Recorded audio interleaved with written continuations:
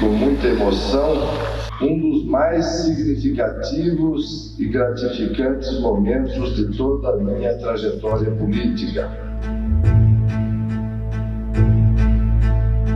Neste momento eu posso agradecer em nome de todos os artistas brasileiros pela realização desta orquestra há tantos anos sonhada. Essas cadeiras, essas estantes, durante tantos anos estiveram vazias, mas a partir de hoje ganharão vida. A Orquestra Sinfônica do Estado do Paraná, além de ser um trabalho profissional, é um trabalho de amor. O que aconteceu lá atrás, esse espírito existe até hoje. Toda essa história é uma história de amor.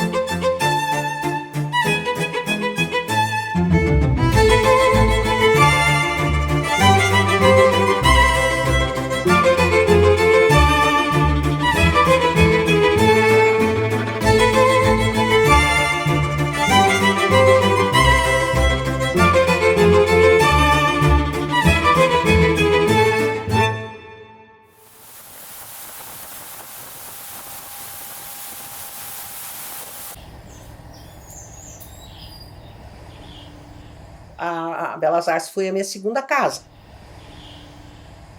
Meu pai me matriculou na iniciação musical. Logo em seguida eu já passei para o violino, fiz até a pós-graduação. Enquanto eu fazia a pós-graduação, eu já era contratada como professora de violino. A Orquestra Sinfônica do Paraná, ela vem da criação da Orquestra Estudantil de Concertos, que existia muito antes, né? No Círculo Militar do Paraná. A Orquestra Estudantil de Concertos é considerada a primeira orquestra sinfônica do Paraná.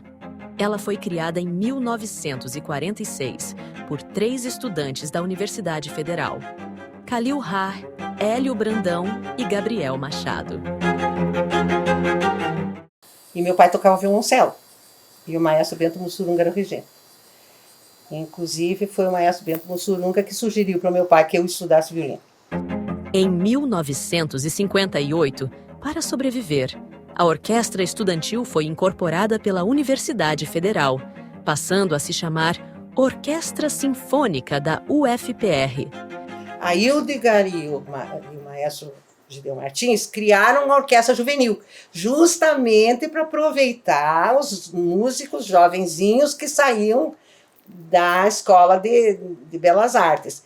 E a Orquestra Federal do Paraná foi uma orquestra super interessante, tocamos todo o repertório sinfônico, mas os músicos não eram ligados à orquestra, não existia o vínculo empregatício. A gente ganhava cachê, fazia um ensaio por semana, né? Não, era um trabalho amador, não era um trabalho profissional. Como a gente tinha uma gama de músicos saindo, formados pela orquestra, pela Escola de Belas Artes, a gente ficou pensando, meu Deus, onde é que vão trabalhar todos esses músicos que saem da Escola de Belas Artes? E esse teatro tão lindo, maravilhoso, que deu uma orquestra aqui dentro, não é? Vários músicos, mesmo não instrumentistas, por exemplo, o Ivo Lessa, que foi um grande incentivador, ele era cantor lírico. E aí essa ideia de criar a Orquestra Sinfônica do Estado do Paraná começou a fermentar e começou a amadurecer. A gente começou a fazer algumas pesquisas na saída de alguns concertos e alguns shows, se era importante para o público paranaense a criação de uma orquestra sinfônica, né, no estado. E essas pesquisas balizaram para o governador, então, né, que o público queria uma orquestra sinfônica no Guaíra. Eu estava na Secretaria da Cultura, como coordenadora da Coordenadoria de Comunicação Cultural, que cuidava da música no estado do Paraná, não é? E então, por conta disso e por conta do meu engajamento na questão da formação da orquestra, e enquanto músico profissional que sou, né, eu tive a honra, né, de ser designada para chefiar todo um grupo, toda uma equipe para a formação da orquestra. O secretário da Cultura de então me chamou para saber quem que ia ser o regente, né? Ele era engraçado porque ele dizia que a orquestra era minha. Então, quem que vai ser regente da tua orquestra?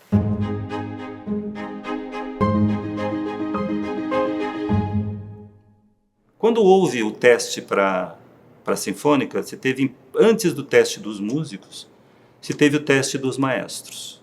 Houve um concurso para maestro. E foi um concurso nacional. Você tem notícia de que muitos maestros do país mandaram seus currículos para cá. Quando eu vi o monte, era assim, uma pilha de currículos. Eu disse, meu Deus do céu, não é para escolher, nós vamos fazer concurso de regente. Mas eles mandaram o currículo na expectativa de serem convidados. Na hora de se abrir, que viram que havia um teste, não fizeram. Bom, no Brasil até hoje eu nem vi que houvesse concurso, mas vamos fazer. Nós não estamos aqui para inovar, fazer coisas novas. E claro que na hora que eu disse, assim, a sola do meu pé gelou, porque eu pensei, puxa, criei um monte de problemas aqui agora. Eu era maestro do coral do Teatro Municipal e eu recebi um convite aqui do Paraná para atuar como professor no Festival de Londrina. E lá eu conheci o secretário de Cultura, que se chamava Fernando Guignoni. E o Fernando Guignoni falou para mim, uma vez lá em Londrina, que eles estavam pensando em fazer uma orquestra profissional no Paraná, a primeira que ia ser feita aqui em Curitiba. Liguei para o maestro Alceu Bocchino, que é um maestro paranaense, compositor, e era super amigo nosso, e ele vivia incentivando a necessidade da criação de uma orquestra também, né? E pedi socorro, porque realmente eu não tinha a menor ideia, né? De como que ia ser isso. Porque lidar com questões burocráticas é muito mais difícil do que tocar violino, eu posso te garantir. E os 3 membros da comissão da banca eram o Mário Tavares, Cláudio Santoro e o Alceu Bocchino. A gente não tinha uma orquestra para o regente, né, para o candidato reger, para ver se ele sabia reger ou não. Mas a orquestra da Universidade Federal do Paraná nos ajudou, porque a gente trouxe a orquestra da universidade, concordaram para ir para o Guaíra, né, tocar, para os regentes poderem, os candidatos poderem fazer a regência. Eu me interessei em fazer aquilo que era uma novidade, um concurso para maestros. Esse concurso não foi nada fácil, a banca foi muito rigorosa, tanto que tinha acho que 18 ou 19 concorrentes, alguns com nome famosos, foram todos eliminados, sobrou só eu. Quem ganha é o Colarúcio. O Colarúcio era muito jovem e havia um certo preconceito na época de se oferecer uma orquestra para alguém muito jovem. A principal exigência era a prática de orquestra, e nenhum deles tinha essa prática, né? Então tinha alguns que trabalhavam com coral, sabe? Mas não tinha aquela coisa, veja, era para começar uma orquestra, era começar do zero, desde o primeiro ensaio, né? Então qual era a bagagem que esse candidato teria para segurar tudo isso, né? Juntar esses 60, 70 músicos, né? Para começar um trabalho.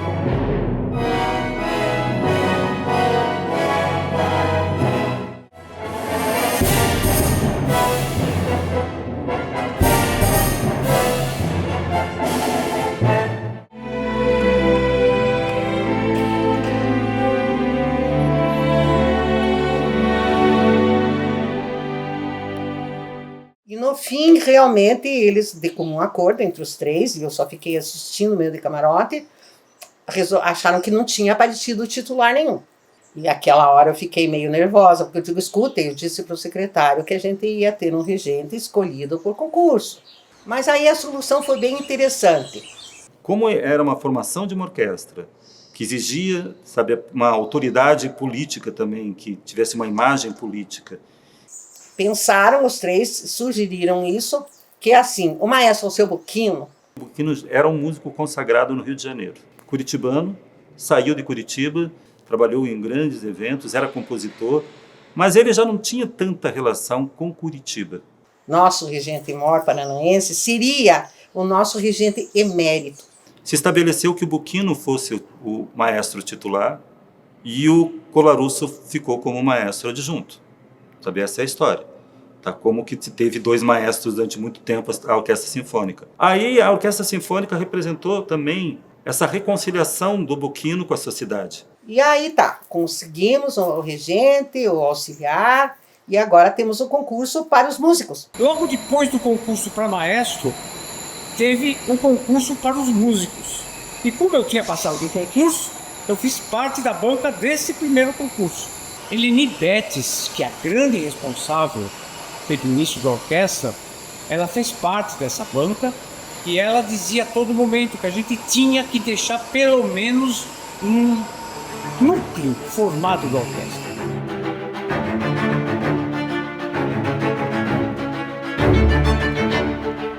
Sou violinista da Orquestra Sinfônica do Paraná desde o primeiro ensaio, lá no dia 15 de abril de 1985. Na verdade, eu morava no Rio de Janeiro.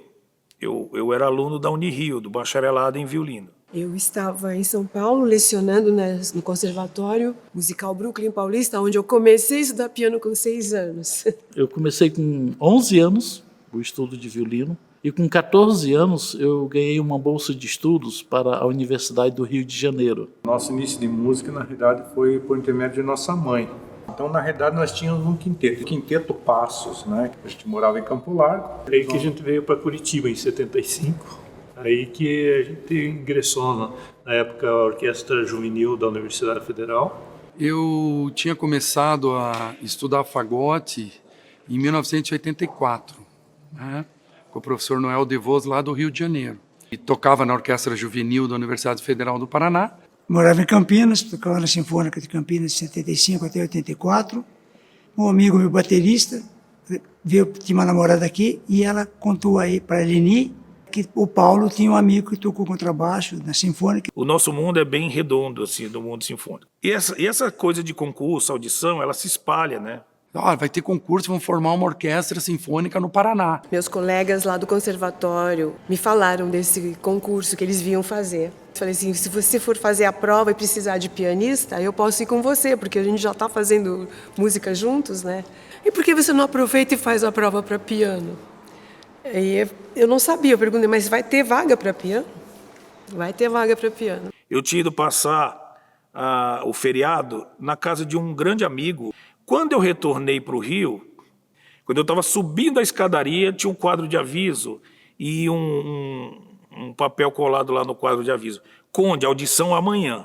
Eu desci da escada, peguei o ônibus na rodoviária e vim. Não conhecia nada aqui. Eu não conhecia nada, não conhecia Curitiba, a primeira vez que eu vim, né, para cá. Os músicos de fora, como é que a gente ia fazer? Onde que eles iam morar? Veja, eles estavam vindo dos seus estados, mas eles ainda não tinham dinheiro, não estavam recebendo. Então nós viemos na parte da manhã, né? E aí fizemos a prova, né? Foram várias etapas da prova. Foram em 2 etapas, eu tinha que tocar uma peça de livre escolha. E depois, passando nessa etapa, eu tinha uma prova de leitura à primeira vista e uma prova de acompanhamento. Eu tinha que tocar com outro instrumentista. Eu estava estudando na Universidade de Yale. Então, no primeiro concurso que teve da Orquestra Sinfônica, eu ainda estava nos Estados Unidos. Então, eu fiz o segundo, tinha público, né? Tinha pessoas assistindo. E aquela banca, e também tinha expectativa quando você está morando fora, parece que a pressão até é maior. E foi muito gratificante que quando eu terminei uma das minhas provas, as pessoas aplaudiram com os pés, porque você não pode aplaudir com a mão. E a banca disse que se as pessoas continuassem se manifestando, elas teriam que sair da minha prova. Toquei no domingo a minha peça solo, de confronto, mas uma peça de livre escolha. Na terça-feira eu toquei com a orquestra, foi Romeu e Julieta do Tchaikovsky. Como eu tinha tocado muito em Campinas isso aí, eu tirei estante, falei, me diga o número do compasso ou a letra. Então, basicamente, toquei de cor a minha prova de orquestra. O maestro falou assim, vai tocar de cor? Acho que vai, maestro. Esse é meu garoto, me adotou assim, digamos assim, né? A Tatiana, bem à tarde, o Paraná tem que agradecer muito o trabalho da Tatiana. Os músicos, para alugar uma salinha, um quartinho, uma coisa, tinha que ter fiador. E a Tatiana foi fiadora de um monte de aluguéis. E ela teve a ideia que a gente tinha dentro do Tarumã as acomodações para os atletas. E aí a Tatiana conversou com o Leonel, que era o diretor administrativo da época, se daria para a gente hospedar os músicos que não tivessem condição, até que eles se estabelecessem financeiramente para poder cada um alugar o seu imóvel. E a gente conseguiu. E tivemos vários músicos que moraram meses. No início, né, tinham 5 níveis, né, para os aprovados, né? Eu atingi o nível 3, já no meio ali, né? Então, para cada nível, tinha que ter uma prova, um concurso, para a pessoa subir de nível. Eu passei com nível 5 no primeiro concurso, e quando eu voltei do mestrado novamente nos Estados Unidos, eu quis voltar e ser espala da orquestra. Foi maravilhoso, porque era uma meta que eu tinha na minha vida, e fui espala há mais de 20 anos na orquestra. Fui a primeira mulher espala na Orquestra Sinfônica do Paraná. Muito nervosismo, muita ansiedade. De um lado a gente estava tendo esse lado erudito do conhecimento, mas a gente, do outro lado, a gente era caipira, vamos dizer. Nós viemos de um contexto rural, nosso pai era oleiro, né? Então a gente vem, a gente não tem quase experiência com o público, né? O critério para a aceitação dos músicos seria que, se a gente tivesse 2 candidatos que tivessem mais ou menos o mesmo nível, a gente daria preferência ao paranaense, porque era para abrigar os músicos paranaenses. Tinham muitos músicos, mas poucos passaram no concurso.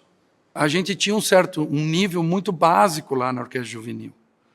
Então, quando foi exigido um nível profissional, aí muda de figura, né? A música erudita em Curitiba era um pouco assim elitizada na época, né? Existiam as famílias, né, que criaram grupos, né, de música que aconteciam e realmente faziam, né, acontecer. De repente, os caipiras, que o Mário disse, até me lembro que uma vez falaram para mim, tira o arco e põe uma enxada nele, vai sair melhor. A gente teve gente do Brasil inteiro que veio fazer concurso. Temos músicos que vieram e ficaram e estão aqui até hoje. Alguns já se aposentaram e outros assumiram o Paraná, assumiram Curitiba como a sua segunda casa. Se teve assim um encontro de várias experiências musicais que existiam de formação de músicos no Brasil, que vieram para cá. A gente completou os concursos todos em fevereiro e começamos a ensaiar.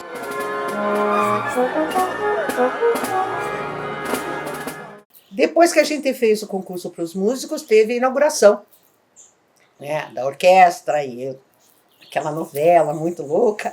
Ai, que bacana, que dia que vai ser? Dia 28 de maio, quem são os convidados? Aquela, né, uma delícia aquilo também. Ai, não vou acreditar quando essa orquestra começar a me dar os primeiros acordes, né? Como era uma orquestra que estava surgindo, demorou um pouco, assim, demorou mais de um mês para o primeiro concerto, a partir do primeiro ensaio.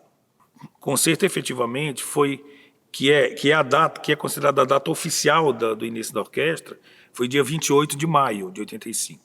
O primeiro ensaio foi dia 15 de abril. Os ensaios começaram mesmo... os maestros e a banca fazendo experiência com os músicos, em que posição eles iriam atuar nesse primeiro concerto, né? Então, foi mais de um mês de ensaio, né? Então, os músicos eles variavam nas cadeiras, nos naipes, né? Para que eles percebessem, né? Os maestros e a banca, em que posição ficariam melhor cada um. E eles estavam mais preocupados porque o pessoal novo não tinha experiência de orquestra, né? Por isso que ensaiamos um mês e meio, de 15 de abril até 28 de maio. Meu professor lá do Rio de Janeiro, o professor Noel de Vos, quando eu passei no concurso, ele ficou meio desesperado, assim, ele falou, não, você venha para cá, que agora eu vou te preparar mais rápido. E me deu aulas e aulas e aulas, e o primeiro repertório da orquestra, naquele dia da inauguração da Orquestra Sinfônica do Paraná, que eu não esqueço, eu estudei, eu quase decorei as partituras com o meu professor, porque ele falou assim, você tem que tocar bem nesse concerto para dar aquela primeira impressão positiva. Então ele trabalhou nota por nota comigo daquelas obras, e daí eu falei, professor, fique tranquilo, eu vou tocar direito. No certo início, dava-nos a impressão de que a orquestra era vista meio como... Sabe aquela pessoa que chegou depois e já ocupa tudo e tal, né? Não foi fácil. Por quê? Porque o Teatro Guaíra nos recebeu muito mal. Eles viam a orquestra como algo da Secretaria de Cultura e não do Teatro Guaíra. O Guaíra, ele nunca tinha tido ele não tinha quando eu falo Guaíra, eu falo como teatro, né? Como estrutura, como administração, né? Ele não tinha experiência de ter uma orquestra sinfônica. E desde o início, a orquestra sinfônica, ela ocupava grande parte dos horários, das agendas de palco, né?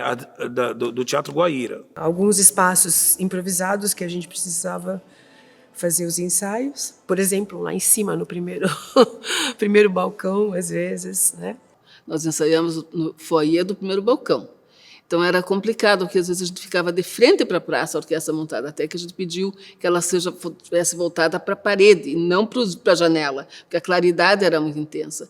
Por que a gente ensaiava lá? Porque ainda o Teatro Guaíra não estava acostumado a ter um corpo estável de uma orquestra sinfônica. Aí dentro disso, a gente tinha que pensar, né? O Guaíra tinha que pensar desde a cadeira, desde o pódio para o maestro, desde as estantes. Me lembro que a gente demorou muito para ter estantes adequadas. As estantes elas eram de madeira e boa parte delas era confeccionada aqui dentro mesmo do Guaíra pela equipe de cenotecnia, que hoje, né, é totalmente diferente, é outro material, enfim, mas naquela época tudo era muito iniciando, né? Precisa de um arquivo, precisa das partituras, precisa de pastas, precisa de apoio para os instrumentos, local para guardar os instrumentos. Os músicos geralmente usam o seu próprio instrumento, mas alguns instrumentos têm que ser do teatro. A gente tem violino, a gente tem a flauta, mas e daí, né? E o contrabaixo? Como é que vai todo dia levar esse contrabaixo? Então, algumas coisas têm que ficar meio definitivas dentro do teatro, não é? E tinham que ser adquiridas. O diretor administrativo da época conseguiu uma parceria com a Texaco, e a Texaco fez a doação da percussão, dos instrumentos de percussão, que estão lá até hoje. Eram situações diferentes, mas a potência, né, a forma com que a orquestra chegava aqui no Guaíra, e o que ela estava representando para, na época, a Fundação Teatro Guaíra, era muito importante mesmo. Foram lutas e foram conquistas, né, na medida do possível e da disponibilidade, né, do teatro, enfim, de apoiar o nosso trabalho, né, e também o aprendizado. Todo mundo estava aprendendo. Eu era jovem, bastante jovem na época, mas eu percebi que existia uma ansiedade de todos, o pessoal da equipe técnica, né, lá os coordenadores, né, os chefes que a gente falava. Olha, gente, temos que ter equipamento aqui de reserva, não pode errar. Hoje é um dos dias mais importantes do Teatro Guaíra, conseguir ter essa orquestra aqui dentro para a gente foi uma luta, então estava todo mundo muito ansioso. Claro que eu estava chegando na época e eu estava eu estava junto, né? Para mim aquilo era deslumbrante, assim. E o fato também de não ter experiência de orquestra fazia com que acontecia algumas coisas sui generis. Por exemplo, vistoria técnica de corpo do bombeiro durante o ensaio. Alguém apertou o botão da cortina de aço, essa cortina anti-incêndio, e ela começou a descer e começou a esmagar a concha acústica da orquestra, correu todo mundo para aqui, para frente do palco. E aí, num dia antes da inauguração, no dia 27 de maio, a gente estava sentado lá no gabinete do secretário. Entrou na sala a secretária do secretário, meio nervosa, contando que o maestro Boquino estava no telefone, atendia o telefone e o maestro estava completamente desesperado. A orquestra estava ensaiando para fazer um concerto de abertura, e os maquinistas do teatro estavam mexendo na cortina de boca de cena, bem em cima da onde fica o timpanista. E eles estavam com martelo, aqueles martelos de marceneiro, aqueles martelos de cenotec que são compridos e tal. E ele, sem querer, ele deu uma esbarrada com o pé e o timpanista aqui, o martelo foi lá e puf!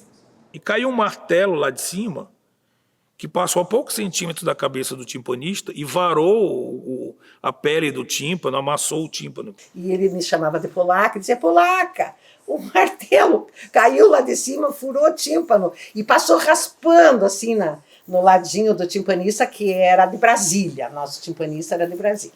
E a gente precisava desse tímpano de qualquer jeito para o dia seguinte. Pega um avião, pega um helicóptero. Onde que nós vamos buscar um tímpano? Eu digo, só tem em São Paulo, onde que vai ter, ou na Universidade Federal do Paraná. Aí liguei para o Gedel Martins, que era o regente, e ele muito respeitosamente emprestou os tímpanos para o concerto do dia seguinte. Mas pense no que mais, esse nervoso que a gente passou. Um dia antes eu passei pelo palco e era um momento, talvez ali, entre o ensaio e o início de passar alguma coisa de luz, né? Enfim, eu passei pelo palco com aquela orquestra montada e assim a plateia vazia, assim, foi uma dos primeiros contatos que eu tive aqui no Teatro Guaíra.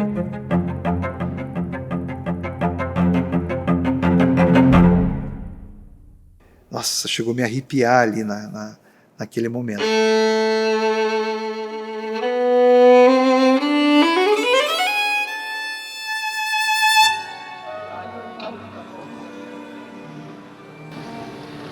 Recebo a honra de, nesta noite memorável, em nome da Comissão Artística da Orquestra Sinfônica do Paraná. Foi uma noite muito feliz. E havia um certo frisson, assim. Não apenas se via os músicos da orquestra deslumbrados e felizes por estarem realizando um sonho, por estarem participando da criação de uma orquestra, que é muito importante, mas a própria plateia estava se sentindo num momento muito especial. Sentei no primeiro balcão, porque não tinha mais ingresso na plateia. Quando eu fui comprar, já era. Eu estava aqui, o primeiro momento era aqui na coxia, e a gravação era lá da frente, então daí eu fui lá na frente e assisti esse concerto atrás da plateia. Eu fiquei ali porque ali que foi feita a filmagem, eu fiquei acompanhando ali. Muita emoção, a presença do governador José Richa, o discurso que ele fez. Eu consegui imprimir achar um PDF e imprimir esse discurso. Vivo hoje com muita emoção um dos mais significativos e gratificantes momentos de toda a minha trajetória política, pois tenho a satisfação de apresentar ao Brasil a Orquestra Sinfônica do Paraná, antiga aspiração do meio artístico paranaense. Preenche-se assim o grande vazio que até aqui existia na história cultural do Estado. E nós fomos todos chamados nominalmente para entrar no palco. Simone Ritzmann-Savitzky.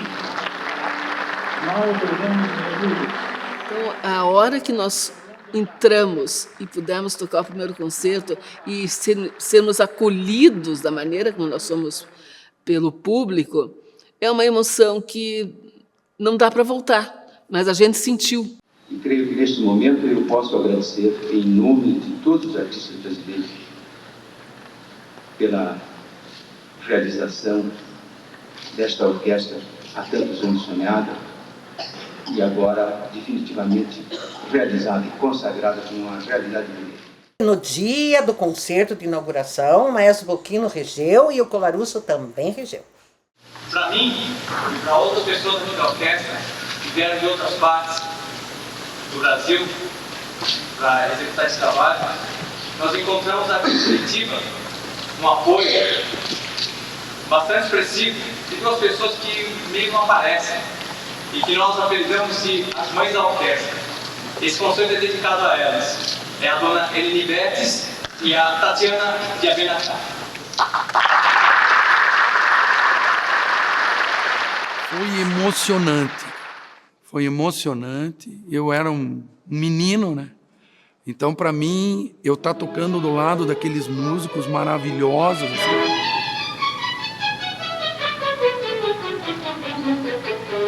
E o primeiro repertório da orquestra era o Anacreon de Cherubini, o Concerto Imperador número 5 de Beethoven, com Fernando Lopes Solano, e a Sinfonia número 8 de Beethoven.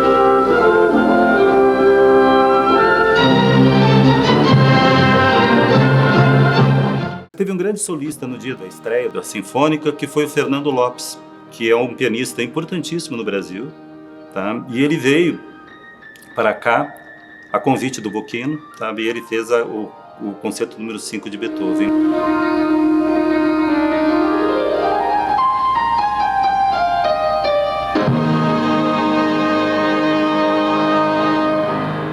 Foi uma noite marcada por uma criação de uma instituição cultural, que é a Sinfônica. Foi criada uma orquestra sinfônica, foi um marco histórico da nossa cidade, no Paraná e do Brasil. Um acontecimento na cidade, né, foi de uma importância muito grande. Acho que a presença de pessoas ilustres da cidade, né, que também tinham essa expectativa de um dia ter a Orquestra Sinfônica do Paraná aqui em Curitiba.